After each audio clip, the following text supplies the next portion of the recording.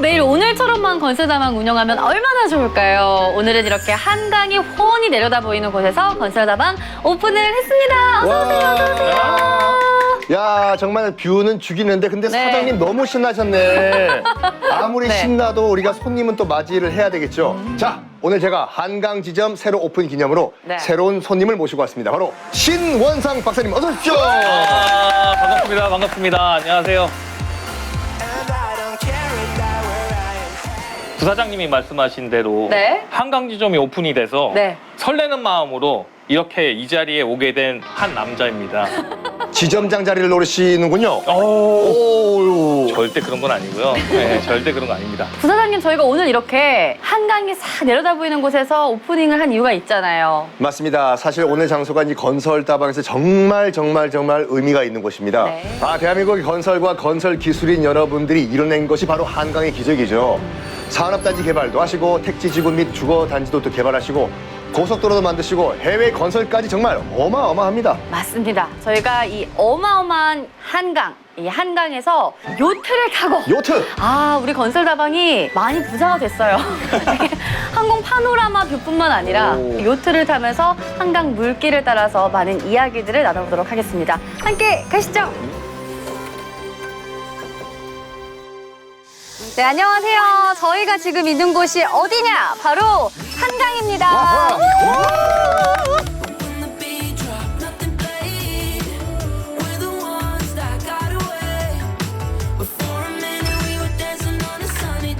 한강 하면 바로 건설이죠. 건설이죠. 네. 맞습니다. 네. 한강과 건설은 뗄래야 뗄 수 없는 사이예요. 근데 이제 전 세계적으로 문명의 공통점이 하나가 있어요. 네. 하나 뭐냐면 강을 끼고 있다는 점이에요. 이 한강도 마찬가지입니다. 그래서 이 한강 중에서도 가장 화려하게 발전된 곳이 한 군데가 있어요. 경제의 중심지. 경제 중심지? 예. 또 하나는 이제 정치인의 집합소. 또 하나 더 드리면 백화점. 백화점! 백화점 들으니까 딱 오네요. 네. 야, 오늘 우리 박사님께서 말씀하신 것처럼 한강 주변에서 가장 화려하게 발전한 곳이 바로 네. 여의도 아닐까 싶어요. 맞습니다. 여의도. 여의도는 근데 워낙 서울의 또 중심지기도 하고 원래부터 사람들이 많이 살고 있었기 때문에 상권의 중심지, 중요한 부분 아니었을까요? 근데 이 여의도가 옛날에는 아무도 없었습니다. 가축들만 있었어요. 가축이요? 가축이요. 뭐 소, 돼지 이런 가축들이요? 그럼요. 가축들이 있었어요. 근데 말이 되나요, 이게? 왜냐면은 이 여의도 땅이 굉장히 크지 않습니까? 그렇죠. 근데 이 땅을 그냥 그 목축업으로 썼다는 게 참 말이 안 되는 것 같은데. 지금이야 뭐 다리들이 다 연결돼 있어가지고 뭐 차로 건널 수가 있는데 예전에 이제 섬이었을 때 여의도는 완전히 달랐습니다. 일단 육지에서 접근하기도 힘들었고 문제는 땅의 질, 퀄리티가 별로였어요, 여기가요. 근데 바닷가도 아니니까 농사 정도는 가능하지 않았을까요? 농사 지어보셨어요? 아니요. 나중에 자식 농사 많이 지으시죠. 네, 자식 농사는 지어봐야 될 텐데 아직 안 지어봤거든요. 이게 농사가 뭐 여러 가지 요소가 있지만 네. 제일 중요한 게 흙이 좋아야 돼요. 근데 여의도는 솔직히 지금은 잘 안 보이지만 모래투성이었거든요. 모래밭이었어요. 그래서 쓸모없는 땅이었습니다. 솔직히 말해가지고. 이게 이제 조선시대 때 기록에도 남아있는데 조선시대 때 편찬이 된 동국 여지 비고란 책에 여의도에 관련된 언급이 있어요. 뭐라고 나왔냐면 관원을 보냈으나 사람이 지낼 수 없어 이를 폐지하고 양 50마리, 염소 60마리를 놓아 기른다라고 나와 있습니다. 근데 사람도 못 사는 땅이었으니까 지금이랑 완전 정반대라는 생각이 드는데 그러면 대체 사람도 못 사는 이 섬이 어떻게 넓은 한강 한가운데에 생겨날 수 있었을까요? 하중도라는 단어가 있습니다. 하중도. 영어로는 네. 리버 아일랜드. 와, 발음이 거의 텍사스 수준. 이 하중도의 개념을 좀 설명을 드리면요. 네. 강물은 이제 상류층에서 이제 하류로 이제 좀 이제 흘러가게 돼 있어요. 네. 근데 이제 유속이 어떤 곳은 빠르고 어떤 데는 되게 느립니다. 이 느린 곳에서 이제 문제가 발생하게 해요. 뭐냐면 퇴적물들이 이제 강물이랑 같이 쑥 흘러 내려오잖아요. 네. 그때 퇴적물들이 막 이렇게 쌓입니다. 그 중에서 모래가 쌓여서 모래 언덕이 만들어진 게 이 여의도라고 할 수가 있어요. 이제 뭐 한자로 보면은 여자가 너 여자고요. 의는 어조사예요. 어조사고 도는 이제 섬도. 그래서 이제 여의도가 이제 너의 섬. 너섬, 니섬. 니섬. 네, 그래서 쓸모가 없는 땅이라고 해서 너나 가져라. 진짜요? 내가 가질래. 나 갖고 싶어요. 그 정도로 진짜 아무도 관심이 없고 필요가 없던 땅이었어요. 그럼 대체 사람들은 언제부터 이 여의도를 개발하기 시작을 한 걸까요? 여의도 개발을 좀 알려면 네. 1900년까지 좀 올라가야 합니다. 옛날이다. 1910년도에 한일합방이 일어났잖아요. 네. 그때 이제 조선총독부에서 여기다가 뭐를 막 이제 큰 시설물 하나를 짓게 아하. 얘기를 합니다. 오, 예전에 저희가 신용환 쌤한테 한번 배웠었거든요. 여의도 공항 건설 이야기할 때 맞습니다. 여의도 공항. 맞습니다. 네네네. 그때 근데 공항을 건설했을 때까지만 해도 여의도에는 그럼 사람들이 안 살았던 거예요? 100년 전인데? 여의도가 이제 바뀌기 시작한 것은 조금 더 시간이 흐른 나중이었어요. 당시 서울시 인구가 1946년도에는 약 115만 명이었거든요. 근데 15년이 흐른 1960년도에는 무려 2배나 늘어난 245만 명으로 늘어나게 됩니다. 당연히 주택난 심각했겠죠. 그렇죠. 당시 서울시장이 누구였냐면 그 두 번째로 서울시장직을 역임한 김현옥 서울시장이었는데 이분이 주택난 해결법을 찾다가 여의도가 보인다. 빈 땅이네. 오. 서울의 지도를 바꿔보자라고 하면서 여의도 개발에 착수를 합니다. 이야, 아니 근데 서울 지도를 어떻게 갈아엎어서 바꾼다는 거였을까요? 한두 달 안에는 불가능하죠. 안 그래서 되죠. 서울의 지도를 바꾸기 위해서 긴 롱텀 프로젝트를 실시합니다. 오. 바로 한강 개발 3개년 계획을 수립을 하는데 한반도의 젖줄 서울을 가로지르는 한강 주변에 약 87만 평의 여의도 땅을 대대적으로 개발하기 시작합니다.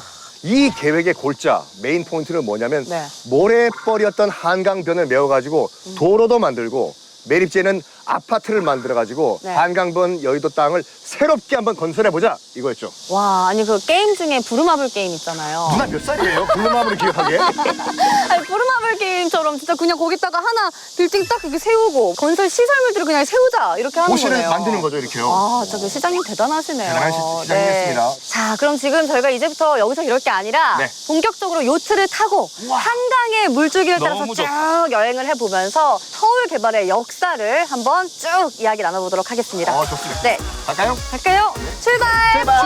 뿌이.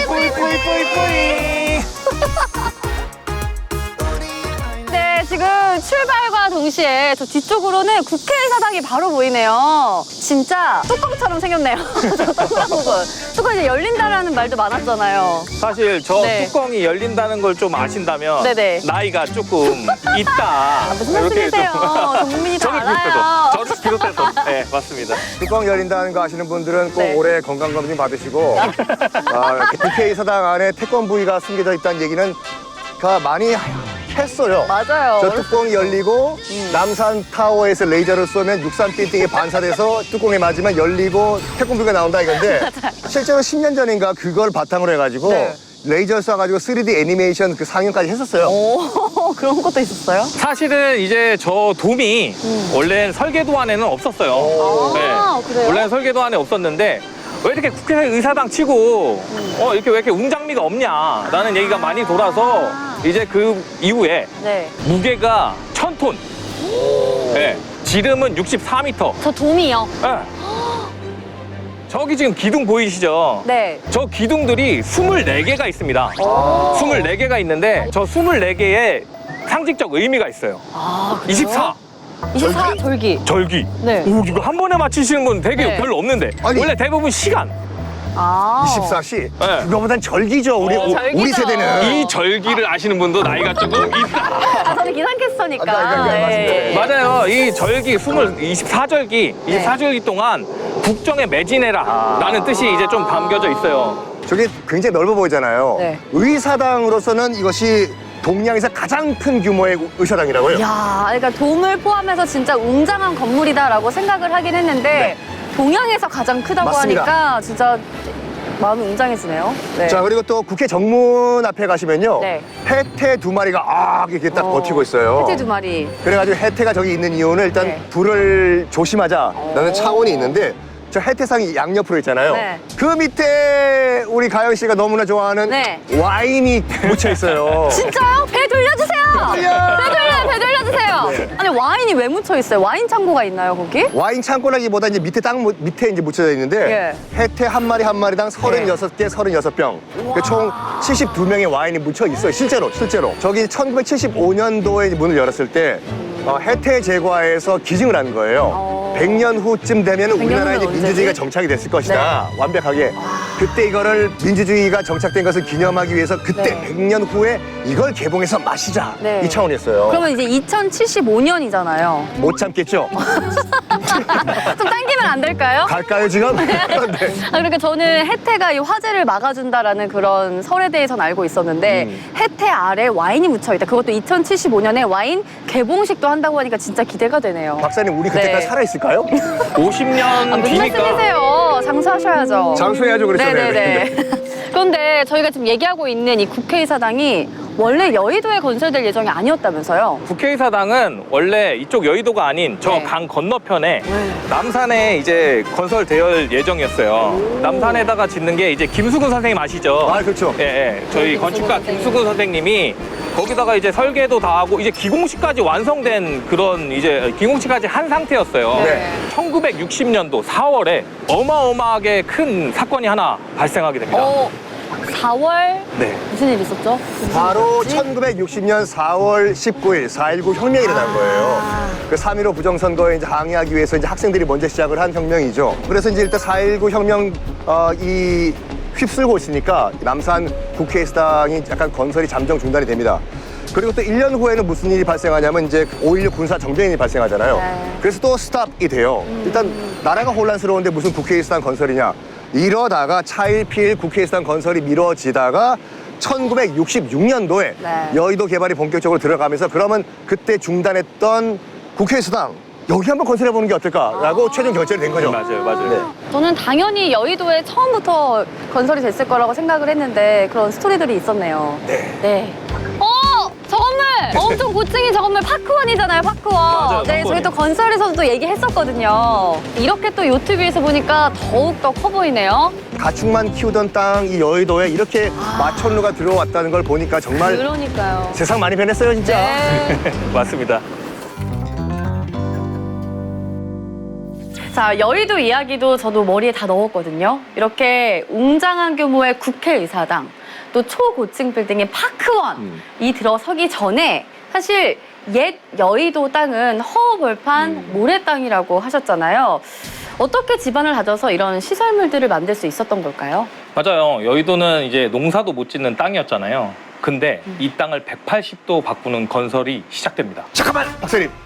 이 재밌는 이야기를 지금 말씀해 주시면 안 되죠. 우리 신원상 박사님께서 2부의 이 알찬 스토리를 말씀해 주신다고 합니다. 아, 지금 텃세 부르시는 건가요? 아니야. 재밌는 이야기는 네. 뜸을 들여야 줘야 돼요. 지금 말씀하시려고 했는데 알겠습니다. 제가 또 이럴 줄 알았거든요. 네. 농사도 짓지 못했던 땅, 여의도 땅을 어떻게 재건설했는지 흥미로운 이야기로 돌아올게요. 언덕 너머 해가 지면은 그대 위해 마차를 준비했지 마차 타고 끝내라도 떠나볼까